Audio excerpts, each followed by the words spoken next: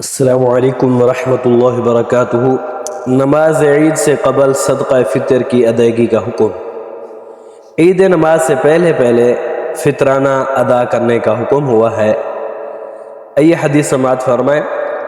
عن عوف رضی اللہ تعالی عنہ عن النبی صلی اللہ علیہ وآلہ وسلم انه كان يأمر بزكاة الفطر يوم الفطر قبل ان يصلي صلاة العید۔ یہ حدیث بزار المسرد کے اندر موجود ہے، اس کا جو نمبر ہے 3383۔ حضرت عوف رضی اللہ تعالی عنہ نبی اکرم صلی اللہ علیہ وآلہ وسلم کا اسوہ حسنہ بیان کرتے ہیں کہ آپ صلی اللہ علیہ وآلہ وسلم عید والے دن نماز عید سے پہلے صدقہ فطر ادا کرنے کا حکم دیتے تھے۔ اس حدیث سے معلوم یہ ہوا کہ حضور علیہ السلام کے اس فرمان کے مطابق ہمیں چاہیے کہ ہم عید سے پہلے جتنے بھی لوگ ہیں سب کے سب اب اس وقت 300 روپیہ ایک آدمی کا ہے، ایک بچے کا ہے، ایک فرد کا ہے۔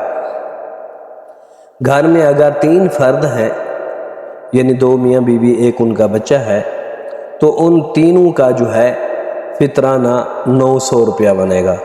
وہ اگر 1000 روپیہ اللہ کے راستے میں دیں گے کسی غریب یتیم مسکین بیوہ کو یا مدارس کے لیے کسی بھی مدرسے میں جمع کرائیں گے تو انشاءاللہ ان کے روزے قبول ہو جائیں گے، کیونکہ بعض لوگ کہتے ہیں جب تک صدقہ فطر ادا نہ کیا جائے روزے جو ہیں وہ زمین اور آسمان کے درمیان لٹکے رہتے ہیں۔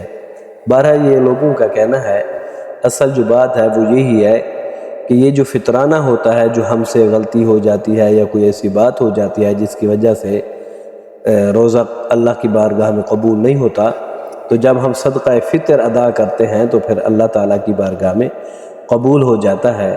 تو اس لیے 300 روپیہ ایک فرد کا، جتنے بھی فرد ہوں گے 300 روپیہ سب صدقہ فطر ادا کریں گے۔ تو دعا ہے اللہ تعالیٰ ہماری نمازیں، ہمارے روزے، ہمارا ہر نیک عمل اپنی بارگاہ میں قبول و منظور فرمائے۔